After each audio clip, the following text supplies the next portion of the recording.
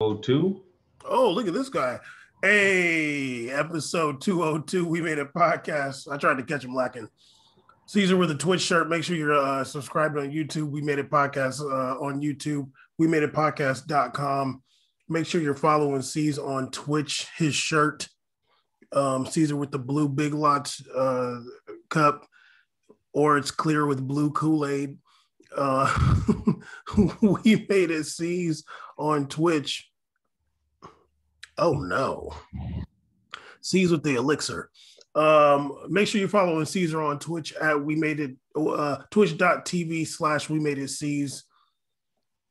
Yeah. Follow your boy on there. Episode 202. Streaming Smite reluctantly. No, tonight I'm gonna be streaming First Class Trouble. Well, first of all, on your schedule that you put out. On your schedule that you put out, yes, it is Wednesday, so you were streaming today. Okay. I don't know what that game is, but as long as it's not Smite, we're good. No. It's like a human, actual, like third-person human version of Among Us, like actual people. You're playing actual characters. Okay, well, Caesar was up all hours of the night. We made a podcast.com. First of all, I tried to watch you and Sasa Cassidy on Smite yesterday. I can't watch Smite. It's just I know. It's literally the worst ever. But tonight's gonna be different. So tune in if you. I don't think this episode dropped by then. Yesterday, tune in. You should have tuned in. It's your bad. There you go. That's all C's energy for the whole episode. Got a lot to talk about today. We're going to talk about the Liga Untitled race. We're going to talk about the La Liga title race. We're going to talk about what happened to Juve. And hopefully I'll remember to insert my clip from 2019 We Made It Awards. We're going to talk about Neymar extending his contract, and even more important contract extending than that, more impactful in the football world and more important and a better player, Edinson Cavani extending his contract with Manchester United. And we're going to talk a little bit about CONMEBOL doing some vaccinations, and I got something for him, and maybe we'll get into some rumors. Caesar don't even hear my jokes. He was up till rough. He was up till 3 a.m. You know what I'm saying? What are you talking about? My bad, 3:30. Okay. Anyway, Caesar, we got some tight title races. Obviously, EPL's been decided. Manchester City won EPL. Bayern Munich won Bundesliga. We'll talk about Italy in a second. But we got some tight races in Spain and France, respectively. In France, Lille, top of the league. All the teams are on 36 matches. Let me get that clear. 2 matches left. Lille, 79 points. PSG, 76 points. Monaco, 74. And Lyon, 73. All of these teams could end up winning the league technically. Yeah. All 4 of these teams could technically win the league. Even Lyon on 74 points, or 73 points. They could win the league. Yeah, if everybody took an L, then Lyon could win it. Well, I'm just saying numbers. Well, mathematically, everybody's still in it, which I agree. Yeah, don't do that. But yeah, it's really close. PSG just drew to Rennes this past weekend. That was a big loss of points for them. Mm-hmm. Now Lille has it in their own hands. If they win out, they win the league. It'll be pretty crazy if they do. I mean, I feel like they deserve it more. They literally their record is 23 wins, 10 draws, 3 losses. PSG sitting over here with 8 losses. Like, damn. Yeah, but PSG did win also like 4 in a row right now. 4 in a row win. PSG has had 4 in a row wins before the tie. They had 4 wins in a row. So, I mean, whatever, but still, they got 8 losses, dog. Lyon only got 5. That's true. 5. Lyon has 5 losses. Monaco. Am I only seeing 3? No, that's Lille. Oh, Lyon. Oh, yeah. Man, nobody talking about Lyon right now. The real winner deserves to be Lille. Lille only has 3 L's, which is kind of crazy to think about the whole year. So if anything, they really deserve it.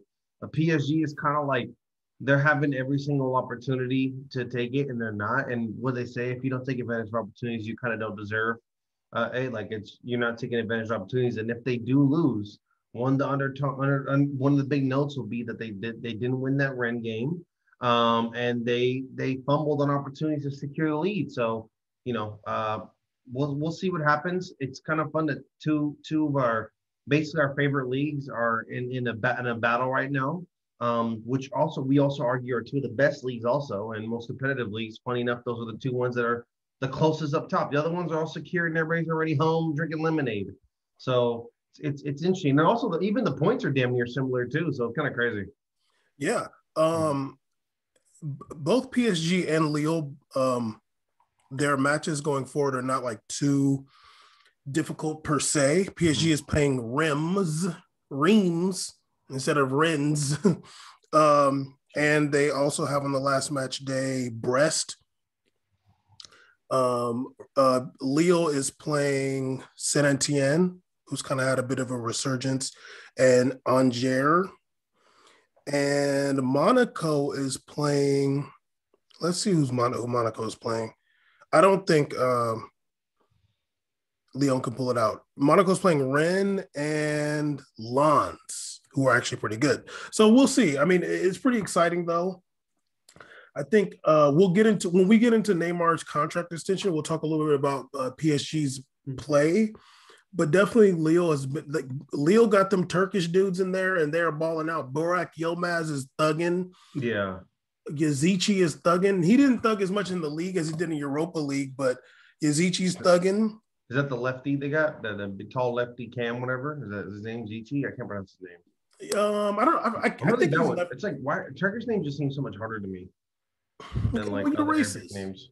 Yazici's a baller. I like him. And they got a I think a right back, Chelik or something like that. I forgot his name. Yeah, they do. Yeah. Yeah, and they're Jonathan David. Yilmaz is on right now. Man, he's playing. That's another. He's just playing a true center forward, right? Just like not crazy athletic, not crazy fast, but great touch and powerful shot. He's the one. Like they'll just throw it up there. He'll get that beautiful touch on it, and it's over. Like it's a really good player. He's like, look, I can do this well. Yeah, it's funny how like Turkey had Loki having like really good nines. It's kind of funny. Remember the Senko's got a ball too. Tosun that went to Chelsea. That's some ballers, Loki. What's his name? Jonathan David. Unal too. I think he played for a little bit in Spain too. Enes Unal, he's pretty baller too. What's his name? Jonathan David came on later towards the season, like towards the middle of the season. He started getting his goal scoring boots on. Their center back, Jose Fonte, the Portuguese center back, is really good. They got another center back too. 39 years old. They got another center back too. I forgot his name, but apparently he's pretty good too. Renato Sanchez was hurt for a while, and he's not really getting that much playing time.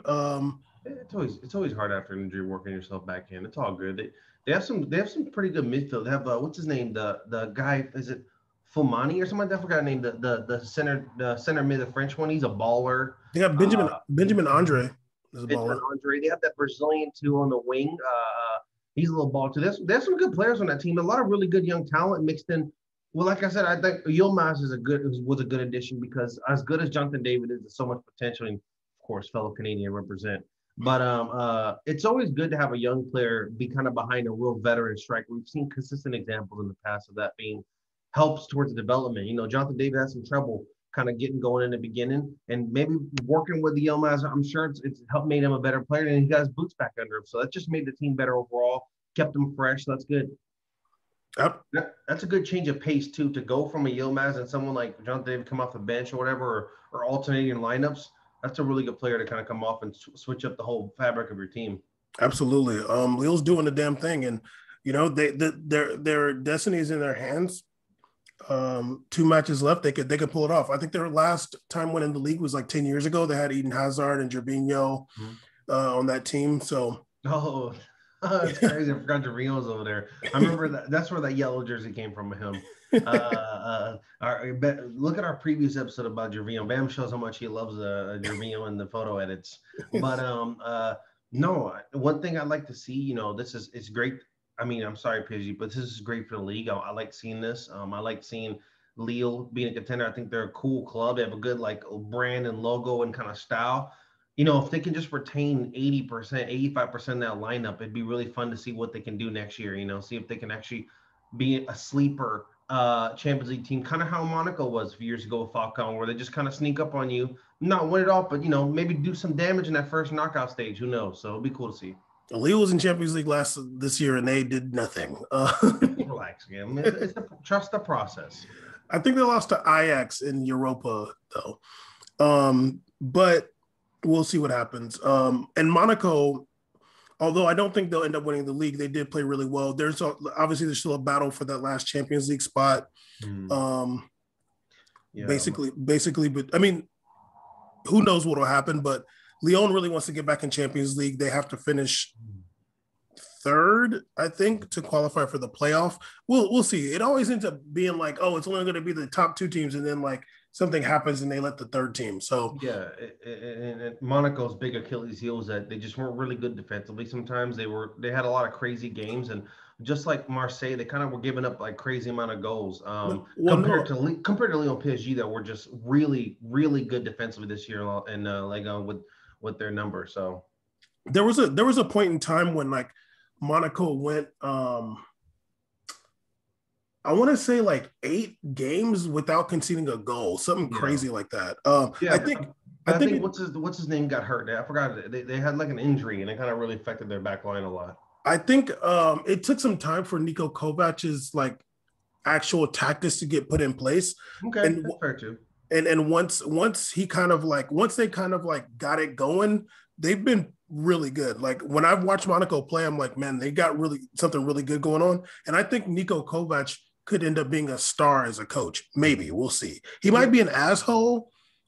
I feel like the coaches that are big tactic guys, look, I need you to buy in. They're assholes probably. So no, for sure. And I mean, Lyon and Monaco both had, 2 strikers that were just in great form this year. They had ballers like Depay and Vincent Ben Yedder has been balling for Monaco too. And of course, what's his name? What's the other guy they have too? The one that's a baller, Voland, Kevin Voland, CONMEBOL. They had some good attacks. So both of those guys have some good goal scorers in those teams. Did you say Winston Ben Yedder? I said Winston. Is it Winston, right? We saw Ben Yedder. I'm sorry. This fool said Winston. I didn't say Winston. I didn't make him from Alabama. His name's not Winston Ben Yedder. It'd be kind of cool if his name was Winston. I'm gonna lie. Winston Ben Yedder. I'm gonna start calling him Winston Ben Yedder. Can you put a cigarette pack or the Winston? I'm gonna have him smoking a black and mild Winston Ben Yedder. No, the cigarettes Winston Salem's, but Winston Ben Yedder. No, Bam, I'm not doing that. What? No one understands that. What are you talking about? Winston cigarette pack. And have a picture of him as the cover athlete. I'm down. Also, we got major drama going on in La Liga. Oh yeah. La Liga currently. Oh wait. I think Atleti's playing right now, so let me just check to see what's going on with that. Wait, while you're looking at that, Atleti, I believe is live. Barcelona. No, not yet. They're playing. Start at 1. They play at 1:00. Yeah, they start in a little bit. Our time, yeah. So Atleti. There's only a lot of games today, right? There's a few games going on today. Yeah, there's a few. This is one of those. One of these, there was a lot of schedule makeups were scheduled today, a lot of things that fell out earlier in the year. Yeah. So the only difference. Hey man, the only difference between La Liga and Liga is some of the teams are not on 36 games yet. But in the top 4, we have Sevilla, Real Madrid, Barcelona, Atleti. Atleti on 77 points with 3 matches left. Barcelona on 76 with 2 matches left. Real Madrid with 3 matches left on 75 points. I think Real Madrid plays tomorrow. Mm-hmm. And Sevilla with 2 matches left, and they're on 74 points. So we literally have 74, 75, 76, 77 in the top four. And we'll see what happens at the end of today and tomorrow. Yesterday, Barcelona played, was that Levante? Yeah, Levante, and they drew 3-3. After being up 2-0, they drew 3-3. What a bunch of bums. Like all the, it's so funny when Barcelona gets something going. It's like they can't wait to start pumping out these amazing articles. Like it's like 22 minutes in the first half. They're like dropping Bleacher Report pictures of Messi praying to the sky and like, oh, he has 1-1 balling already. I'm like, buddy, I've seen Barcelona all year. It ain't that easy. No. Like it's not that easy for them. They've been, look at this last five. They haven't been cruise sailing to the league. They've been having a hard time. Oh yeah. Also, I mean, also at this point, anybody can win the league in the top four, technically, numbers wise. Yeah. Sevilla has the most losses with 8. Real Madrid and Atleti both have 4. Barcelona has 6. Yeah, it'll be interesting to see what happens these next few matches. It's going to be tough because it's the end of the season. It was a tough season for all these teams. Yeah. Probably a team like Sevilla has like the most legs underneath them. I feel like Sevilla's pretty deep. Sevilla's scary right now. They're a scary team. Also, I want to say that I have something lined up if Atleti lose the league. If they win it, I'm just going to be mad. But if they lose, I got something for what the hell's that coach's name? Simeone. Yeah, Simeone. Yeah, I got something for him if they lose. Really angry, blanking out in anger of his name. Oh yeah, that bum. And also, yeah, and who knows? Barcelona could end up winning the league and it'd be some swan song for Messi. Who knows? But I feel like the team that I've seen play the best, the 2 teams in that top 4 I've seen play the best this season is Real Madrid and Sevilla. Out of those 4, yeah. That's why that Sevilla game was so scary for me. It was low-key a massive game. That, obviously everybody want to talk about that stuff going on in kind of the different leagues. I thought that game was massive. And that early on Real Madrid being down and then ended up pulling up that tie, that was like huge. And of course there was controversy. Lord knows I feel happy, but it is what it is. Game's over, and it's been a few days since we don't have to get into that. But yeah, I think I agree too. I mean, if anything, I think the team out of that lineup that is the freshest, most dangerous, and has played the best, like through and through, I think it's Sevilla, to be honest with you. Not even Real Madrid. I mean, I'd like to ask you first, who do you think is really going to pull this out? What do you think out of this? It's kind of tough, but who do you think is going to pull this out? I hate to do predictions, honestly. But if I had to guess, like, I hate to do predictions because I'm more like negative about them. I'm like, well, just to spite me, God will. Okay, who do you think is definitely for sure not going to win? Definitely for sure not going to win the league. I'll say Sevilla. Okay. You think okay? If you can't give me the top 2. Who's the top 2 then? Honestly, I 1-2 is going to be. I feel like it's going to be Real Madrid wins the. Okay, I feel like Atleti's going to drop points in these last 3 games. Okay. And let me see. Schedule. Who are they playing? Atleti is playing Real Sociedad today. Ooh. Okay. At home though. Real Madrid is playing Granada tomorrow. Real Madrid also has to play Athletic Bilbao. Sevilla's playing. Don't sleep on Granada, dog. Don't sleep on Granada. Oh, no.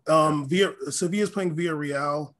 Barcelona's playing Celta Vigo. Some of these teams lay down for Barcelona. I feel like Celta Vigo's one of them. The Real Madrid, Barcelona gets feeling real good when they play against a lower club. And it's really annoying, Barcelona. But like whenever they play one of the other teams, they're going fighting for their damn lives to win. Yeah. I feel like every team is gonna drop points. But I feel like Real Madrid's gonna win the league, honestly. Like if I'm looking at it, like I don't know who's injured or who's coming back, but like I feel like a Ferland Mendy can get out there. I don't know. I feel like them. Who do you think? I mean, for me, I don't think Real Madrid is going to win a league, to be honest with you. I've been watching the last 4 games, and it's not a really fair scale, but they're not really the same team they were 2 months ago. They look a lot more tired. They look kind of really fatigued. That's why Sevilla in that game was just so ridiculous. I'm like, man, I just almost feel bad for Benzema. I feel like Benzema's so tired right now. Like he's at the last leg of it. So, they had a difficult Champions League run. Maybe there may be some rest is going to come in now that they don't have to worry about any other stuff coming up. They're just kind of chilling. Don't have extra practice for Champions League. Who knows? I don't really know how that's going to go, but I would be really almost shocked if Real Madrid won it. More than even if Sevilla won it. Like I can actually see Barcelona and Atletico and Real Madrid dropping points just maybe due to like some kind of fatigue or something, or just whatever. And then Sevilla capitalizing. They didn't get like they're the only team that kind of got more like fresher players. They got new signees that are more impactful and fresh compared to the our Atleti, trying to run a whole season through with Luis Suarez and Barcelona doing what they always do, and then and Real Madrid with a lot of inconsistencies and health in their lineups. So that's what I think. I think Atleti's gonna win it. Personally, I don't want them to win it. I hate Atleti, but I think they're gonna win it. I don't really, yeah, I don't know. I don't really see it, and I think that Real Madrid Granada game is gonna be bad. Really? Granada's a dangerous team. When they're on. Obviously, they're not killing it right now.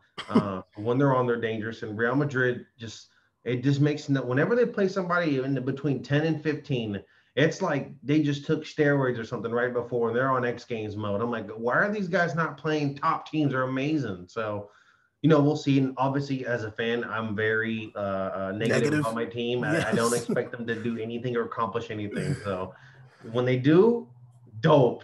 When they don't, of course, all right. Like, well, there's no fairness in the world.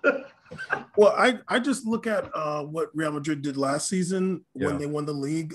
They won. I can't remember how many games in a row they won, but like I just remember like when they came back, like they were killing it, and I could see that happening. A little terror. I think it was 4 games in a row they won, and I was like, I don't really remember the last time this season they kind of went on a tear like that in that mid-year when Benzema was on. So I'm like, I hope we need that run right now. That'd be nice, but that's asking a lot. So we'll see what happens. Maybe the vets are all like, you know what, like here it is. Maybe Sergio's coming back. So I don't know what the status of these players are. Maybe that's why there's a lot of rest going on because I think Zidane low-key, of course, thinks Champions League is great, but I think he did want to win La Liga again. I think he kind of won that push. So we're seeing a lot more rest than usual. Hazard's out there running around more than usual. So maybe he's just really trying to get things going. I try to sneak that in there. This is the same top 4 from last season. Yeah. And I just feel like, I don't know, I could just see Real Madrid winning out. I think Atleti's going to drop points. It makes sense for Barcelona to drop points. And I could just see Real Madrid winning out. But, I mean, we'll see. Definitely. But all these teams have some tough matches. So, I mean, pretty much, I mean, to be fair, every match in La Liga is tough. So, yeah, it's just all about, like, who wants it more at this point. But, Caesar, let's talk about your favorite team in Italy, Juventus, who is winning 2-0 right now against Sassuolo. Of course, Adrian Rabiot has scored, and Ronaldo, and it wasn't a penalty. I'm joking. Okay, dog. Currently, Juve is in 5th place in a Europa League spot. As of right now, they're on 72 points, which is still 5th place, with Napoli being above them at 73. This is the live standings. Milan and Atalanta on 75, and obviously Inter Milan has already won the league. They're sitting on 88 points. They definitely just was like, no, we got this. We went out. They might have actually went out of Champions League early so they could win the league. But yeah, it's kind of crazy to see Juve struggling like this. But hopefully right now I remember to put in my worst transfer award from 2019. We made it awards because you're so proud of this. You're so proud of this. Not that I predicted this is going to happen a few years later, but I saw it happen then.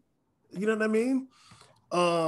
So y'all can see what I had to say 2 years ago right now. Hopefully I entered that. I don't like this because it's like, oh, let's all just appreciate all the things Bam is right about, and then like look at C's being on the other side, but we never do the other way because there's been plenty where Bam has been proven wrong to before. So nice. That's not true. Okay. Looking at Juve this season, you're Serie A C, so you saw more than me. Yes. The only thing I'm gonna be real, I did not watch Juve for real this season, especially Bam is not a fan of ESPN Serie A. exactly. But I'll say this: they did not set themselves up for success by hiring Pirlo. I think that was a joke. I'm not saying Pirlo is to blame, but I think for a team like Juve, hiring Pirlo looks bad. Like all these other teams are getting like, I mean, even PSG, like, okay, they fired Tuchel, and then they go get Pochettino. Like, obviously, we know Pochettino's whack and he's a nobody, but it's still serious. Like, you're being serious hiring Pochettino. You're being serious hiring Conte or bringing these different guys in. Um, Whoever somebody got hired last season, I don't know. Mauricio Sarri, I don't know. But bringing in Pirlo, I'm like, what are you doing, dude? Like Pirlo, Yeah. like you're putting so much pressure on the players. They know that this dude has nothing to offer them.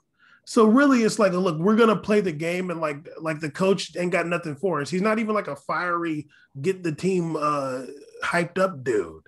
So that's all I have for like Juve being whacked this season. But Serie A C's can break down more of what was going on with the gameplay itself. No, for sure. I said actually months ago that I thought Milan was one of the better teams in the season this year. I thought they looked really good. They looked dangerous. They had some depth. They had young loanees such as Brahim and then players like Rafael that although they're not playing necessarily the positions I think they're their best at, they're still really dangerous. Like and Milan, out of all the teams, even Inter Milan, of course, who won Serie A, I feel like Milan gave you the most dangerous looks because no one had a player at his. Zlatan was in incredible form this season, and even when he wasn't scoring, we always talk about how these guys are just playing the middle and have a great touch. It's dangerous out here. They had pace with Leao, and they had a lot of, and they had even is it Sandro? I can't forget his name. That young little baller from Brescia. He's a baller too. The CDM they have. Juve, I think, is a great example of just terrible plans, terrible planning. You don't get Ronaldo to start improvising around him. You want to bring Ronaldo into an already a good established structure. So when you brought Ronaldo in, you had the weird Collini thing with Bonucci, and then you like, God, what's his name? What's the goalie? The 85-year-old goalie. What's up with the names today? What's going on with us? Jesus. What's his name? The weird guy. You said Bonucci, and now I can just think of Bonucci. His name is not Bonucci. Buffon. Buffon. Yeah. You had Buffon retiring and retiring, and it was a really strange year. And I laid out on the show. We laid out what is going to be the key for these teams' success this year. I specifically said addressing the midfield is a massive priority. I did not say getting rid of Emery Chan was the answer. I did not say, and I did say, of course, Aaron Ramsey is a great option. I think these guys can do their thing, but they never addressed those issues. They got rid of Douglas Costa. It's like you didn't really address your problems. You put Band-Aids over your problems. But what happens when you put Band-Aids? It doesn't heal the issues. It didn't heal. So when it came to it, late in the stretch, say what you want about Ronaldo, it became once again, look at this. We're relying on a 36-year-old to carry it all. Should that have really been the issue? No. What should have really been going on is players like Dybala and other players being the star of the team, and then you go, oh shit, and they still have Ronaldo? Oh my God. Like that's how Juve would have won it all. Didn't happen. Didn't look good. Teams like Milan and Inter had depth, danger. I mean, look at the two top players of Inter Milan. I mean, we're talking about Lukaku and Lautaro Martinez. Those guys are ballers, and they're young and they're dangerous.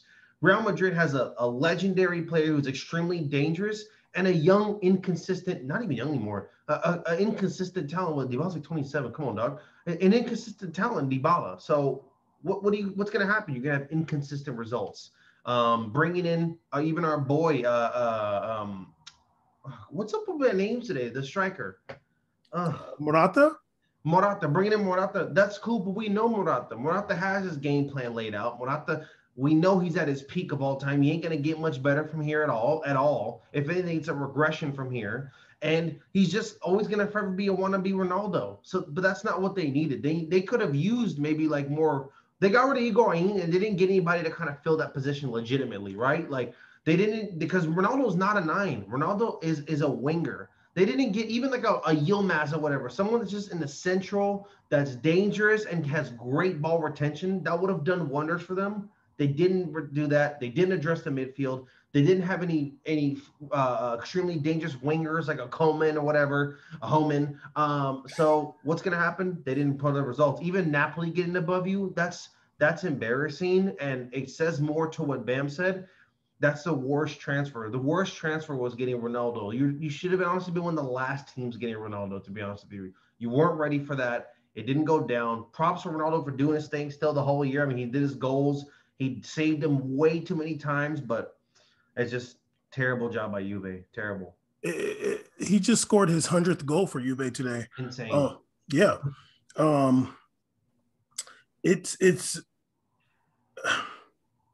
It's not like they have bad players either, but I feel like they don't have a whole lot of depth. They I don't know why these teams did not get Guendouzi. Like whenever they found out Guendouzi was going on, like was going to leave Arsenal on loan, dude, get him. Like, what are you doing? Like, Betancourt is good. Artur is good. Rabiot's really bad, even though like he does some scores a goal every once in a while, whatever. Weston McConnell's good, but like you're Juve, man. Like you should be getting like these talents that can like really propel you to the next level. I do think also they should have gotten another center forward. I feel like Morata is someone that would benefit from some competition, like someone competing for his spot. You know, although I do think this player is never going to go back to Juve, someone like Moises Kean, a young striker that can be like competing with Morata, but there's no other center forward there. They got that one redheaded Ukrainian dude or something who like plays for Sweden, Khorasan or something. I'm gonna tell you right now, that guy's whack. I don't care about yeah, he's dead regular. Like I remember seeing him on the game. I'm like, what's going on here? What is this? Like, why is he wearing number 44? Like Bakker's like weird cousin. You got Cuadrado, who's like asked to do so much. Even when it comes to center backs, it's like, yeah, you still got Bonucci's old, Chiellini's old, and then you got Demiral, who's Demiral. I don't care what you tell me. Demiral sucks, dude. I agree. Demiral sucks. I'm not gonna be sold on this. He's clumsy. I know what a good center back is or what it looks like. I'd rather take even Kurt Zuma's way better than him. Toto Mori, who's a loanee. A loanee is better than him from Chelsea over to Milan. He scored a goal this weekend. But Demiral, come on, dog. I got a really inappropriate nickname for him, but go ahead. He's clumsy. Like, I don't know. Like goofy, but he's not like slick or like he's not slick center back, and he's not like a powerful center back. So he just looks like too tall for his own height, like goofy. He doesn't know what to do with his body. He's just there. Yeah. I feel like they could have definitely like I feel like they have decent players. Like they could have done some more, but I also think like if you have a manager who like the players can kind of like in some games put it in his hands. Like some games the manager can kind of take the pressure. You're talking about Pirlo, dude. Like this is not the job for him. Go coach Monza, you know what I'm saying? Not Juve, dude. No, and I'm sorry, I kind of didn't even focus on what you said on because actually we had talked about this and agreed. that the path to Pirlo's managerial was a terrible path. Nothing ever proved to me that he was a good coach. I never had any evidence. I never even had him work at a lower level, and I didn't even need evidence. I didn't even need evidence if he just worked anywhere else and just came. Like, I don't need that. I'm not keeping up with this dude in another division. But I mean, that's just experience in general. Even Frank Lampard had experience before he went to Chelsea. You know, he did his thing, and Steven Gerrard, you know, is on this path. These guys are not all just immediately coaching Liverpool and Chelsea. There's a path there. Zidane had a path. It doesn't work like this. You know, how are you ever going to learn how to manage, like truly manage talent when your first is one of the biggest teams in the world or the biggest budget? You're not really going to learn like that. Like Zidane, legit, out of all the previous coaches, he's probably shown the most playing time to a bunch of young players we don't know because he came up working with them, so he knows how they really are. He knows their talent. That's huge, and he was a top tier player. He wasn't even a youth kind of player. So it was just bad. That's a bad approach. You know, what's the key to success for Ronaldo's career with all the teams he was on? He had other really dangerous strikers with him, right? He had Rooney at Man U. He had Benzema at Real Madrid. What do we got going on here, dog? What are we doing here? It's not going to work. And he's not even the guy he was before. And you're still asking this? That's honestly ridiculous. It's ridiculous. They sold Keane to Everton. They didn't make any address in the center forwards. And now Keane's, of course, loaned out to PSG. But yeah, you never addressed this. You know what's funny, too? Like, let's be really, really honest. Actually, Morata's not a center forward. He's not.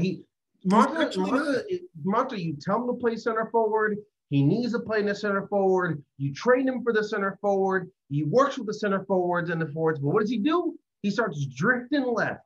He starts drifting around, playing back. It's like he was always caught up in between behind Ronaldo and Benzema, and he never learned how to like be a pillar. He never knew how to be a pillar. Or never wanted to. Yeah, that's just not. I mean, and I'm not blaming him. That's just not his position. No. He really wants to play on the left wing, and that was the issue with Chelsea. They're like, okay, Chelsea's getting him like to play center forward. I'm like, he's not a center forward. No. We watched him with Real Madrid. We watched him with Juve. Where was he most successful at? Atleti. You know why? Because he wasn't a center forward. He was an off 2 in a 4-2-2. But you give him a little more freedom there, he enjoys it. But then when you put him in that middle in any kind of 3-up formation, he doesn't stay there, dog. He wants to be on the left. Yeah, and even at Atleti, like it wasn't even that great for him because they do play kind of good runs there. They play kind of narrow. They don't really play wide. Mm-hmm. He's not trying to be like on the sideline like Neymar wide left, but like he wants to be where Ronaldo plays. Mm-hmm. That's what he really is most comfortable at. I feel like it's been so long where he's got a chance to do that it's over for him. And Morata's kind of washed, huh?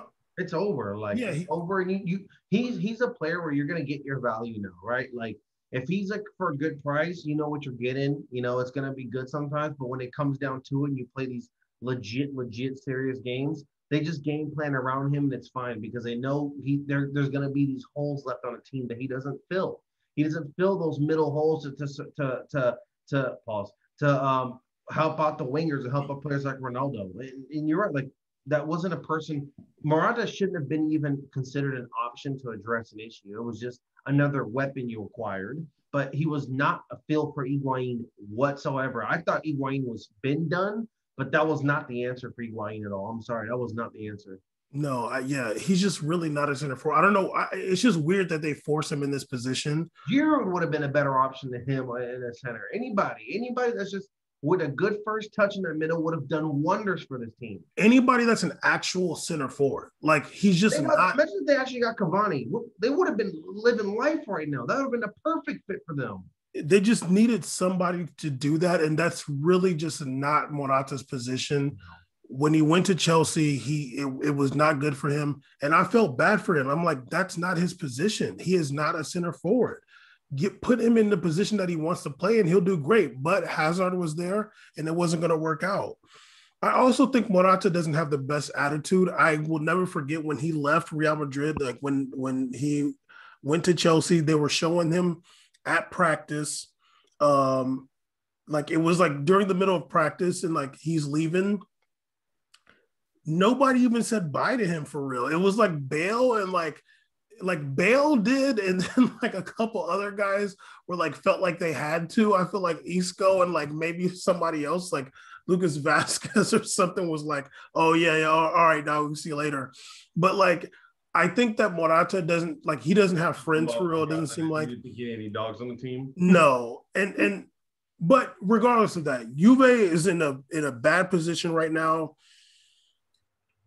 It could really end up that they be in Europa next season. Like they are in the Europa League spot with 2 games to play. Like, I think you know what? No, I'm gonna take it back. I don't think they're gonna end up in Europa. I think it'll be some clutch situation where at the end of the day you're gonna have to rely on someone like Ronaldo who steps up in those situations. He might edge something out. Who knows in the game? I feel like it's more likely Napoli flips up and messes up than I would expect, Juve to eat that. But, once again, who knows? Serie A has been insane this year, so it could also go down the other way. I'm excited to watch the games. I'm probably going to watch way too much soccer next couple of weeks, and then I'm going to take a break, thank goodness. But, yeah, I don't know. Like, I agree with you. The Morata thing, it's been tried and true, right? Like, he always felt like to me he was more like leaning towards the original Castilla Academy guys that are his friends, like Vasquez, Hesse, like those are his buddies, But like the true bring in talents like Cruz and all them and Modric, that probably don't really rock with him at all because like they're like annoyed by him. Like he would be really annoying if I came on the team and like or whatever anybody came on the team and you're like coach tells you how you're supposed to play or play on the field and you start doing the other thing. That's incredibly annoying. So well, what's crazy? Juve's next match is against okay. Actually, this is crazy. They're still playing Sassuolo right now. Mm-hmm. It was 2-0. Sassuolo just scored, and there's about 30 minutes left, so we'll see what happens there. Mm-hmm. But Juve's playing Inter on Saturday. Yeah. They do have the Coppa Italia final. They got a lot of matches coming up. It's like four days between every single match.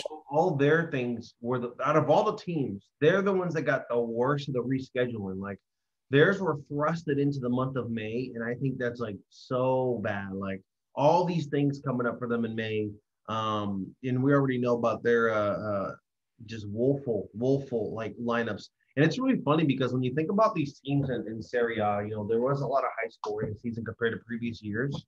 Not really known as a scorers league, but there was some high scoring teams this year, especially like Milan and they're hitting the 80 goal mark. That's a lot of goals. It was really interesting to think that I would never thought if all the top 5 teams, if you name me who I think would be an 80 goal team, 80 plus goals, I would have said Juve, and they were not. Like they were not there at all. So that just shows you a lack of firepower up front, right? Yeah, Ronaldo hit his 100th goal, but who else has been kind of really up there strike for strike? Nobody. They keep every year trying to tell us about Dybala, and every year I'm already seeing that he peaked and it's over. That's what I see. He peaked for me. Like I'm sorry, dude. I've seen it all. What are you gonna show me now? It's over. I know what you can do. I know what you want to do, and that's all that's gonna work. Literally. Dybala be turning 28 this fall. That's literally madness. Yeah. Anyway, let's transition. Let's talk about this. The biggest deal, the biggest contract extension to happen in the past few years, really. Somebody really just sitting there signing an extension. The biggest news, Cavani.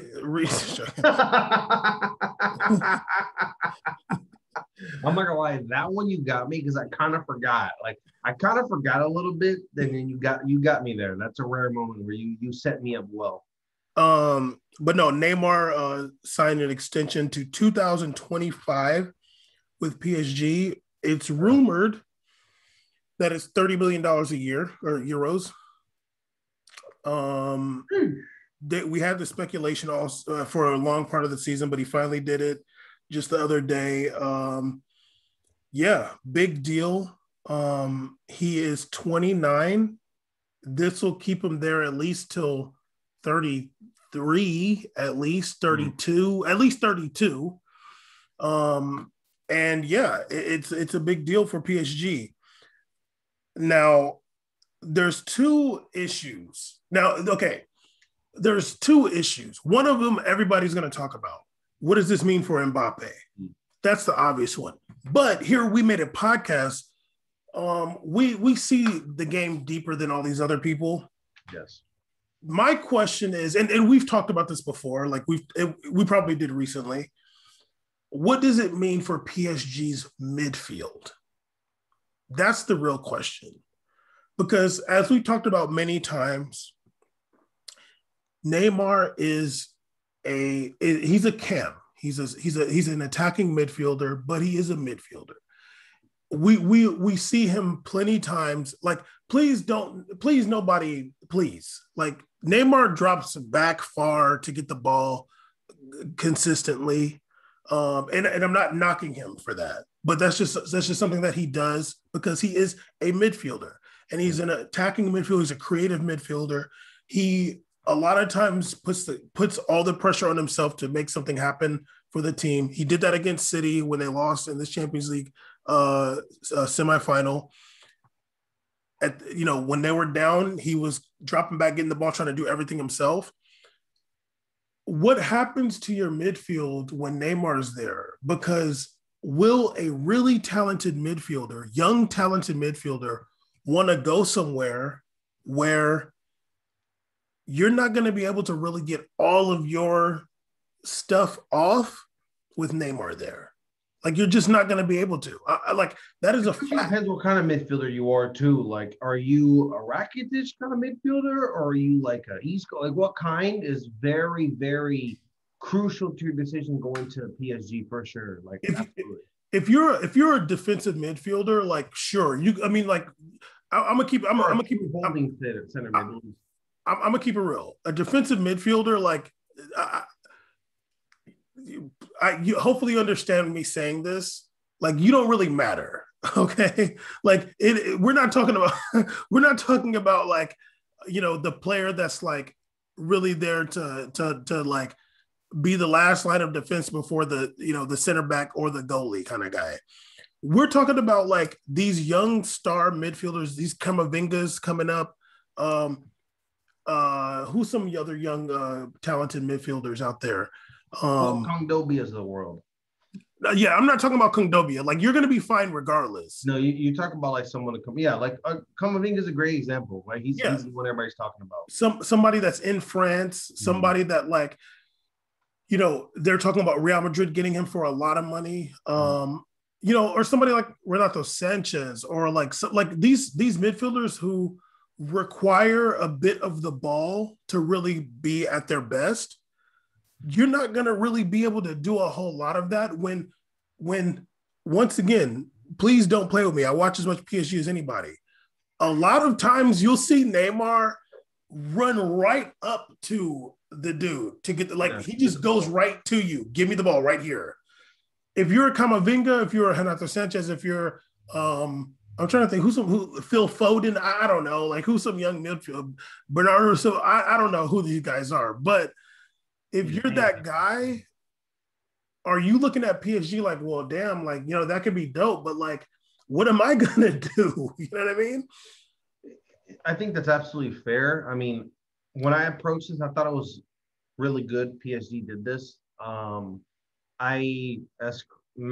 anybody knows the love-hate I have with Neymar, I hate this. I hate this man. Like, he's literally my family. That's how I know what I get of him. I get sweating angry about him. That's how much I care. I care too much about him. But I thought this was the move for PSG.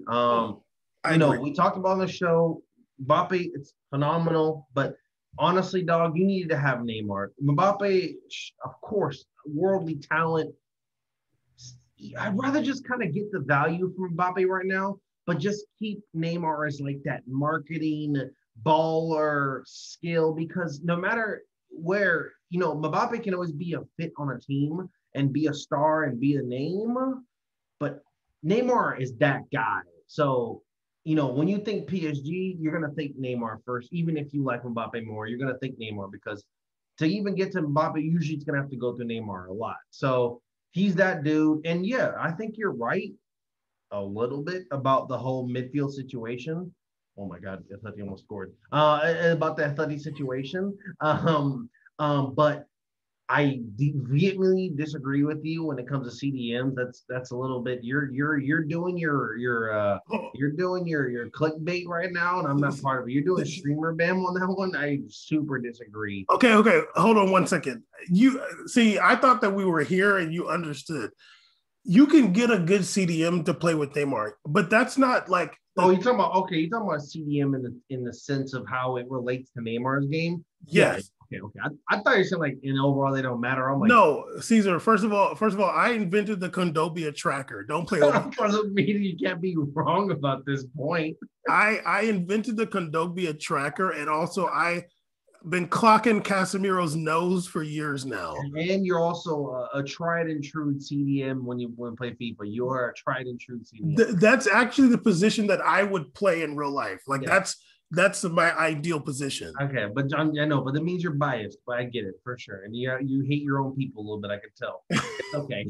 No, I'm just messing around. But no, it was the signing to make. I don't want PSG to be like a Juve where they're just kind of like plug and playing and wilding out. I do want them to do something about the Mbappe situation. Like, I'm maybe a PSG fan. I think for them to be better to move on from him. He's worth a crazy metric ton of money right now that if you get him, you could do a lot with if done properly. So they don't have to do a new stadium. They don't have you just have money to spend basically on players and a system with majority of it. So it would be fundamental for them to get some players surrounding. I think Neymar would even enjoy it a little more in terms of if they got a different kind of player to play with them. I know you guys play with Mbappe. They can do a lot with it. I just think that you're right. It would really getting Neymar is the move and the right move, but it's really going to affect who they're going to get moving forward, right? Like if I am Camavinga, it might be a little bit difficult.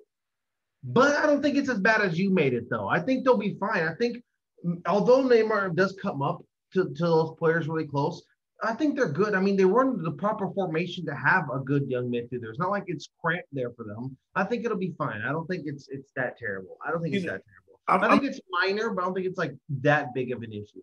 I'm gonna tell you why. Like Caesar.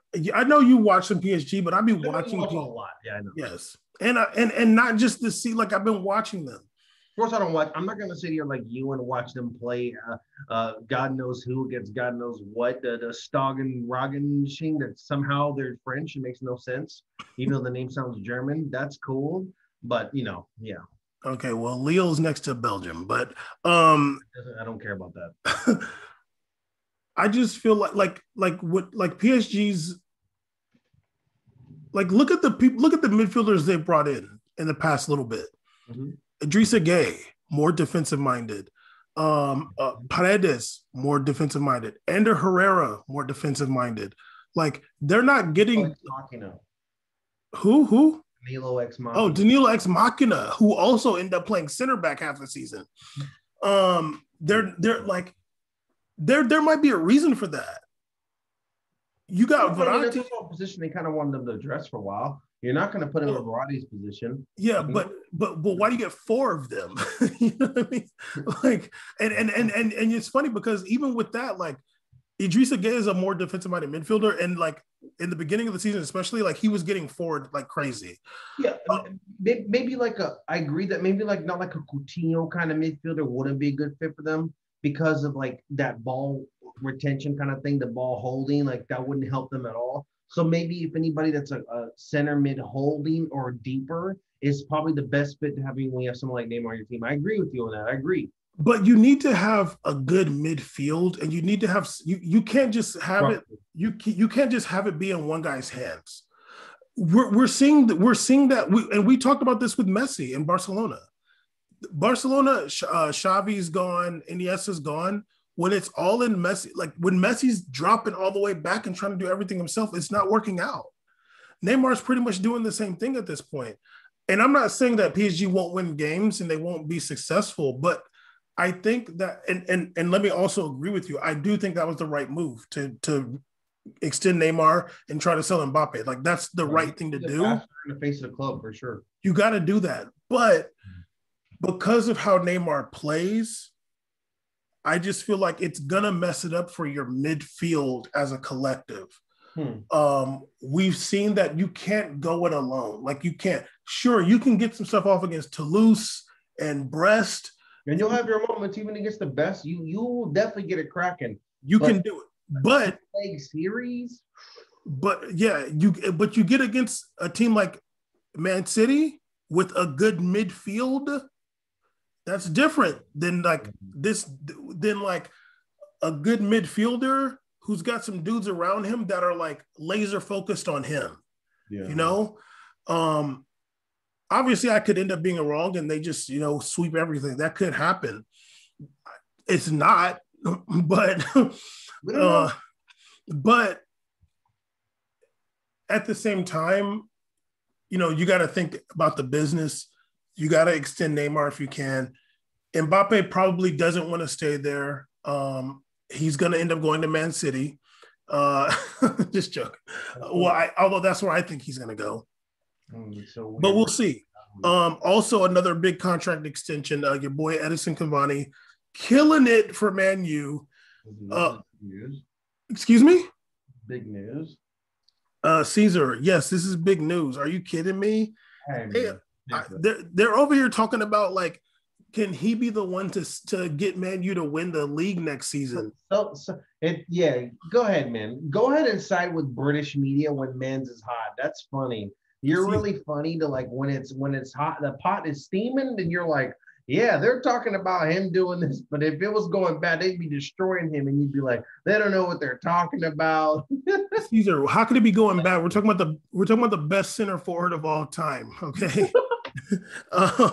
Best center forward of all time. All time. Everybody loves him. Bruno Fernandes has tried to sabotage him many times with bad passes. What are you talking about, man? I've seen it. I've seen it. Don't do this Cavani gate like you did with the Zlatan ignoring passes to Cavani. Don't do this. Why is everybody out to stop Cavani's shine for you? What is going on here? No, because he's dressing like a damn colonizer when he's out on his farm with his hat on, walking around the farm. So that's his own fault. He's the one that thought that Jamaica was an African country. That's his own thing, dude. I ain't defending him. We don't stand Cavani. He thought Jamaica was in Africa. That joint is like closer. That shit's closer to us than Florida is. Fuck that. Caesar. First of all, that was a compliment.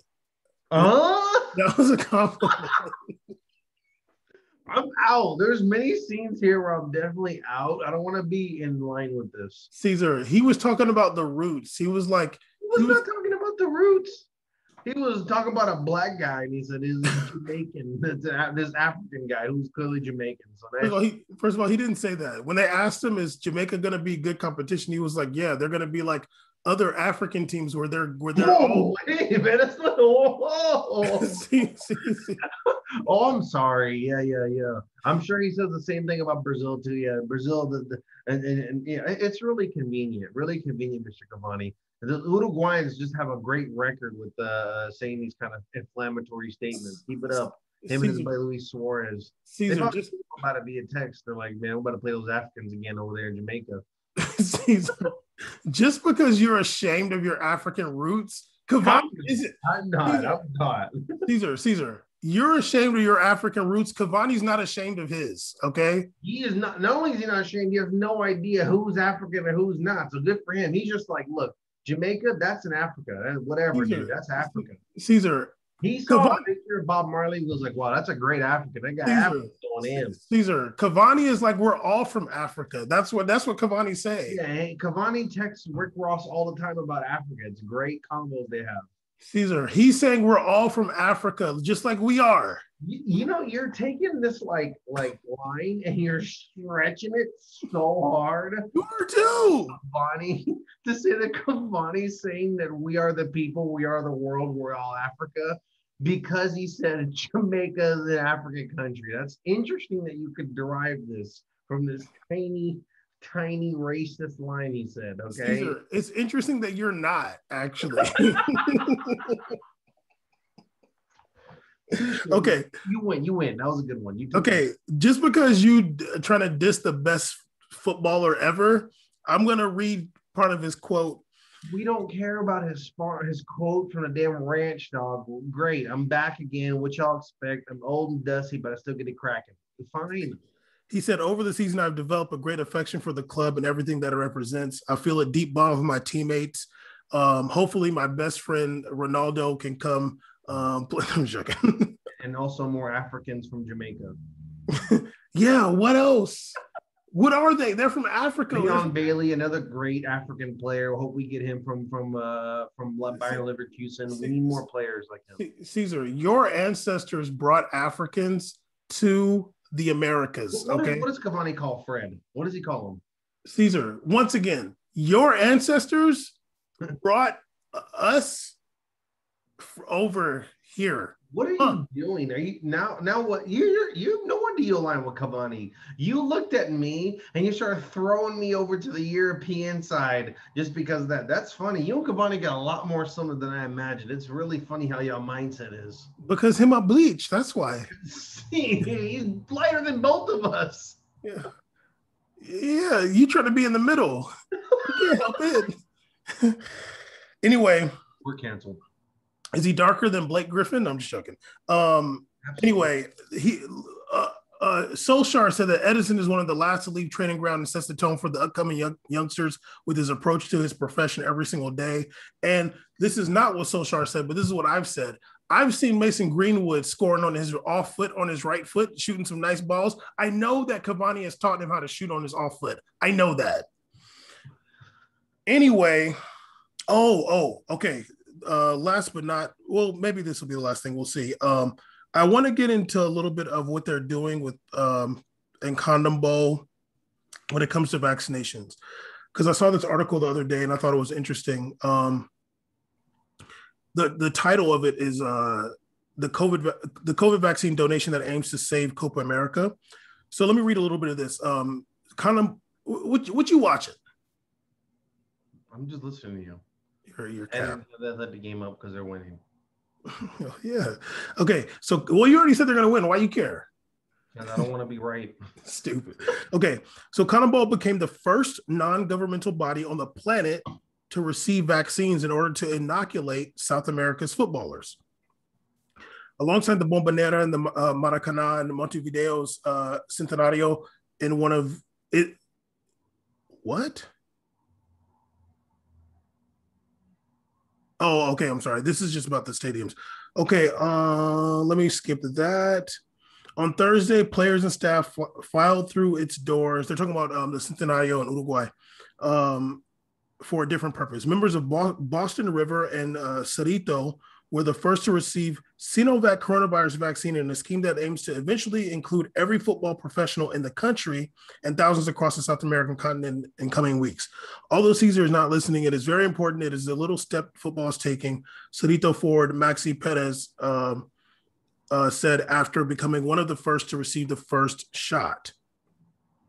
This is like my first time hearing about professional athletes getting vaccinated. This is like my first time. I have not heard of any American athlete getting vaccinated. I agree. I haven't heard anything either.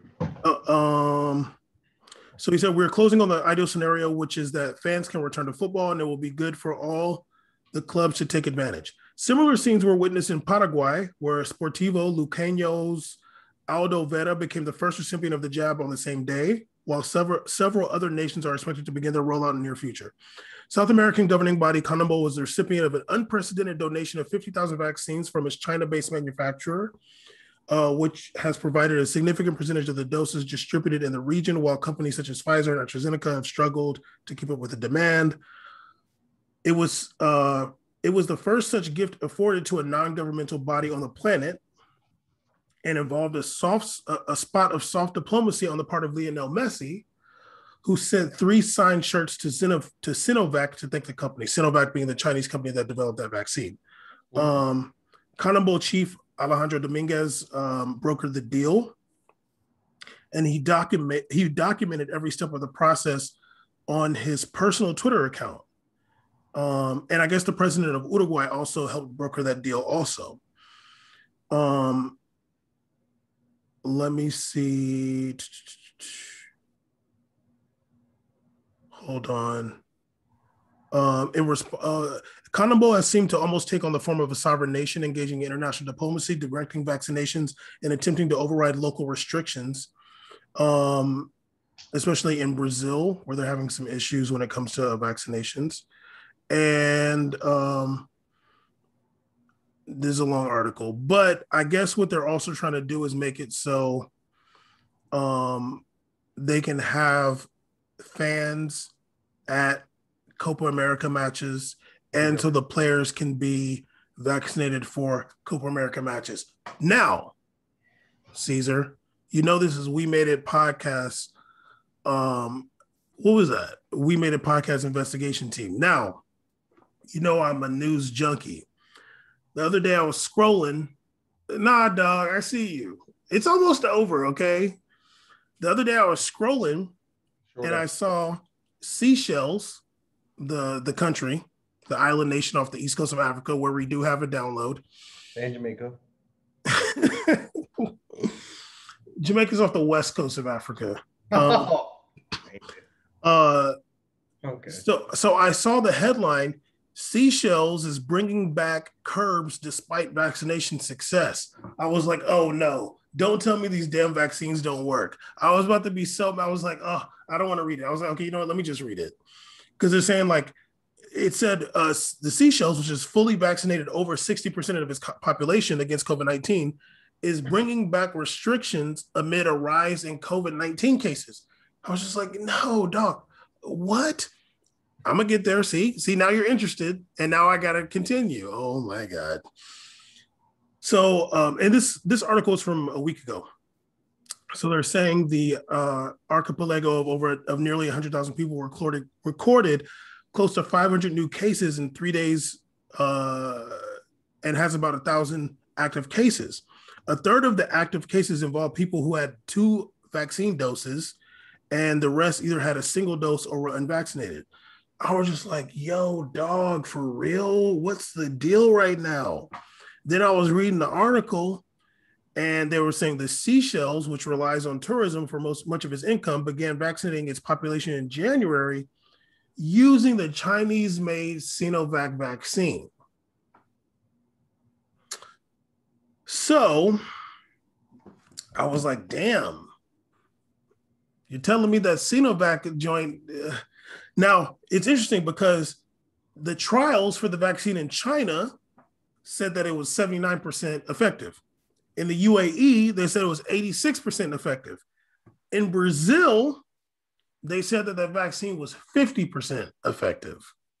Well, 50% is the cap number, but well, I think potentially it doesn't, like the variants in Brazil, it doesn't really work against those variants.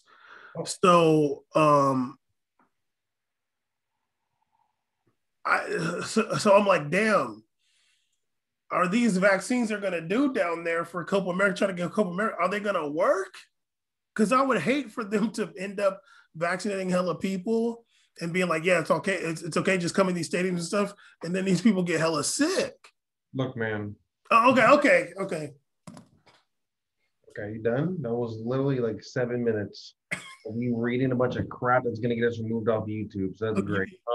It's been a while since you've done that. I've been reading a long time. It's been a while since I did a read Bam. Damn, that he's murdering. It's over. They won the Liga. You know, it's I don't act like I'm not really a pro with the vaccine stuff. And the only thing that's been hard to keep up with when it comes, like, for example, an island like Seychelles, I don't know what their COVID situation was in terms of, I don't know if they did island shutdown. I don't know if they blocked tourism. A lot of these international islands did not block tourism during COVID because that was like 90% of their economic structure. So they were kind of risking it for the biscuit a lot. And I don't know what Seychelles was doing. I'm tired of saying that name, but especially as an English speaker.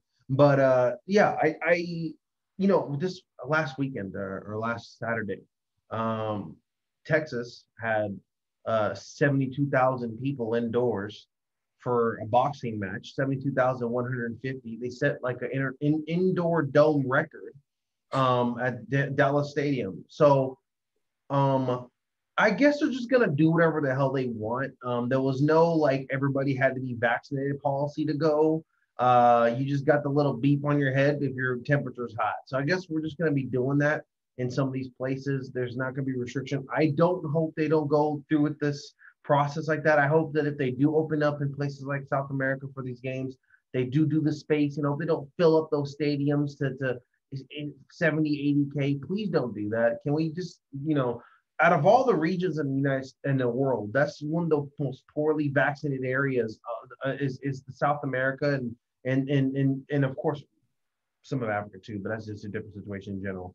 But South America is really poorly vaccinated. A lot of these countries are just doing it on purpose. Right? It's not because we're having necessarily issues. I don't even think some of them are actual like logistic issues because, for example, there was reports about United States companies like CVS having destroy 50% of their supply because of improper numbers that they ordered in terms of the vaccine. So they have extras that they're getting rid of. I don't think the supply and demand is bad because South America has so many people. I think it's bad because of the countries, the government setting up poor infrastructure, blocking results, making a lot of red tape to make it hard for some of these people to access the vaccine in the first place. Okay, well, Caesar, first of all, I'm not going to let you put Brazil's situation on all of South America. I'm not saying, but you talk about CONMEBOL, so it's very general, but I'm talking about the countries that are affected negatively. I'm not talking about the countries that weren't affected. Okay, well, you said countries in South America, and you talking about Brazil.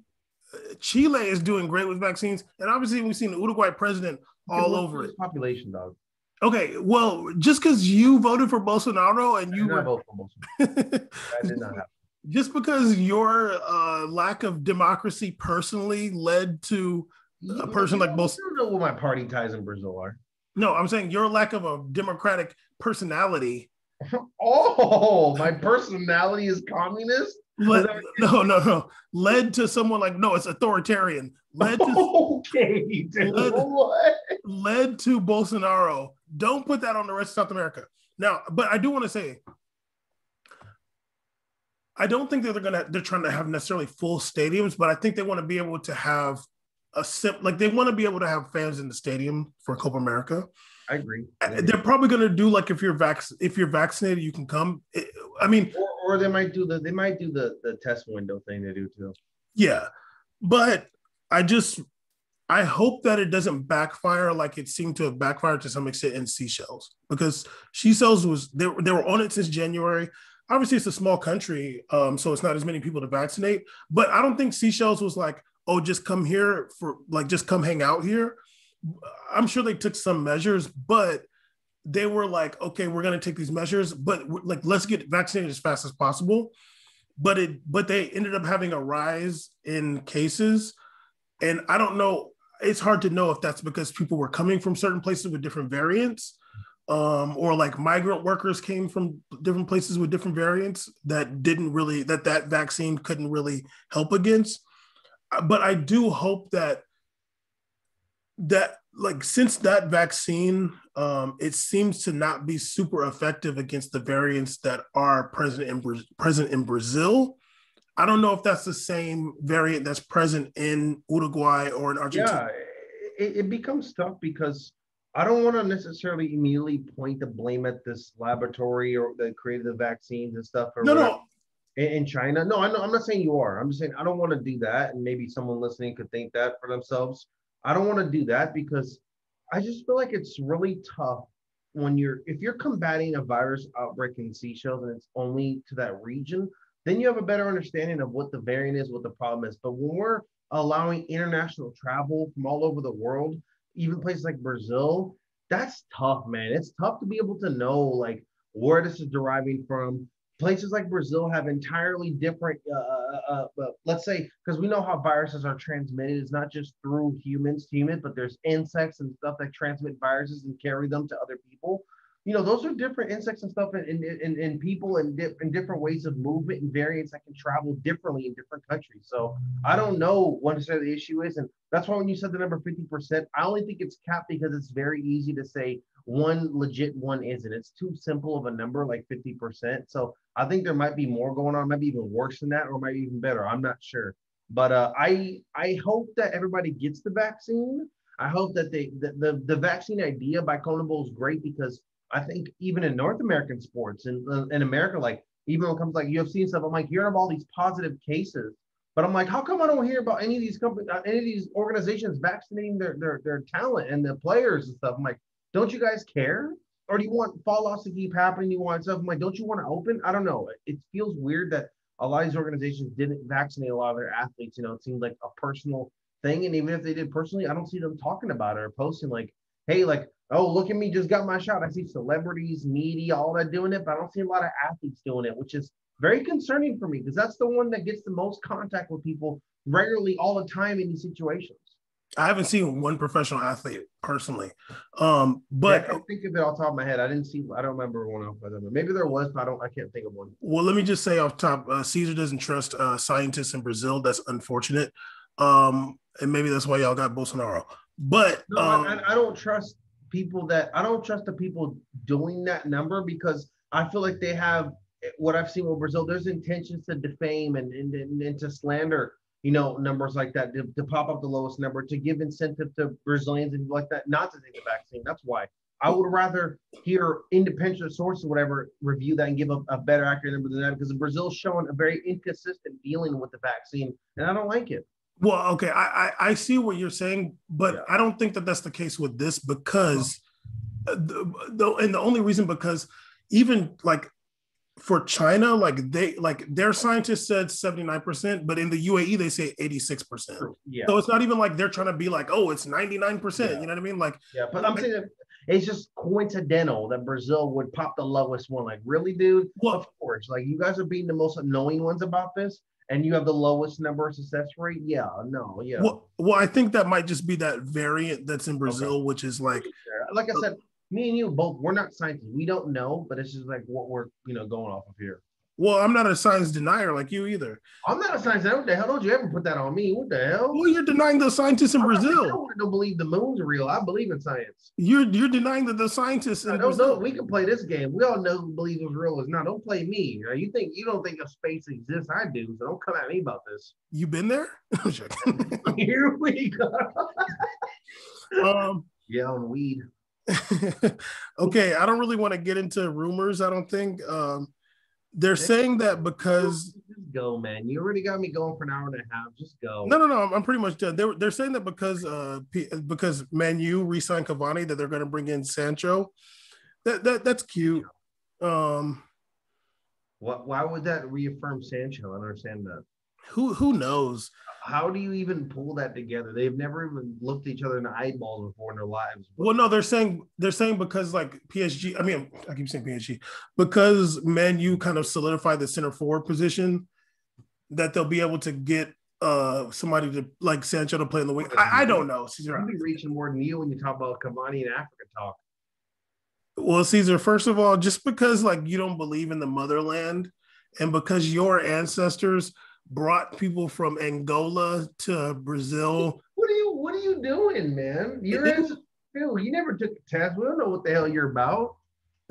Caesar, your ancestors, okay? Which ones? I have a lot. I'm mixed, my friend. There's a lot. Yeah, exactly. I'm straight. Who you pointed at? I'm actually a result of what happened. I'm the biggest example. Exactly. Physically and body wise, I'm all over the place. That's not my fault. I was just born. Yeah, and your ancestors are the. You don't see me saying Jamaica, Africa, do you? No, I don't. No, of course not. I don't know where Jamaica is located, and I don't send them to parts of the continents they're not from. Okay? But we don't hear you say that because your ancestors destroyed Africa. Actually. How the fuck can you say that with a straight face? How? How? Caesar, you don't have what language you speaking? Portuguese? I'm speaking English, big dog. That's what I'm speaking. Okay, do you have Portuguese in your family? Absolutely. Yeah, you're guilty. Do you have Americans in your family? You're guilty, buddy. You're guilty too. You've done a lot probably worse at this point than Portugal has. So don't come at me, Chief. You know what you're going to be doing now? Portugal's broken, ain't doing nothing. What are you doing? Okay, relax, okay? Okay, but I started it, so you can't piggyback. I can't rebuttal. No, I started. Yeah, we was wilding out in the 1700s. What's America doing right now? Caesar, you're guilty now. There's only one guilty person. It's you. Anyway. Cavani gets to say that, and I'm the issue at the end of the day. I'm the problem. Somehow it turned to Cavani said this inflammatory comment, and Caesar is the problem. Cavani's woke, and you're the problem. Cavani's woke for saying Jamaica's African? No, he's woke. He's woke. He says Hotep. He be saying Ashe. He definitely never said Ashe in his life. They don't have the SH sound in Uruguay, probably. Caesar, they got black people in Uruguay, okay? Yeah, working on Cavani's farm. Go ahead. No, I never seen one. He didn't show you that part of the video. That's funny. If he did, I have to. Wide angle lens. They went narrow lens and just see the house and the road. They didn't want you to look to the right. Like, oh damn, that's a lot of buildings over there. Caesar, you know how I know Cavani's woke? This is for real, for real. He posted that picture of his wife breastfeeding on Instagram. No, he's definitely just a South American. Caesar, his wife's they're wilding online. They don't care. His wife's whole breast, except for her nipple, was out. We made a podcast episode 202. Your boy is probably, when you hear this, I will be going live on Friday, doing a Just Chatting stream. Check your boy out, 7 p.m. Pacific time. 7 p.m. Pacific time. Twitch.tv/We Made It Seas. Yesterday, it was yesterday when this goes up.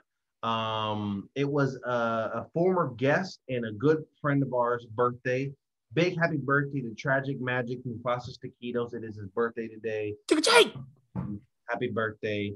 Your hair, I let you pass on your hair getting braided because it's your birthday, but next time I'm gonna flame you for that. Absolutely. That's the homie, Tragic Magic. It's been way too long since he's been on the podcast, but you know what I'm saying? Cavani is more woke than C's. All right. We made a podcast. Tragic could pass off as low-key Uruguayan on low. He could be Uruguayan on low. Caesar, so could I. If you put him in Uruguay, you won't even realize he's like not from there. Caesar, so can I. Yeah, he's working on Cavani's farm. All right. Caesar, hold on. Do you want me to show you that picture of that track runner? You want to drop some demographic numbers? We can battle if you want. Caesar, they just started doing demographics in Brazil. Okay, I don't want to hear the recent census joke. That's enough. I'm done. End the show. All right. We made a podcast, episode 202. Hallelujah.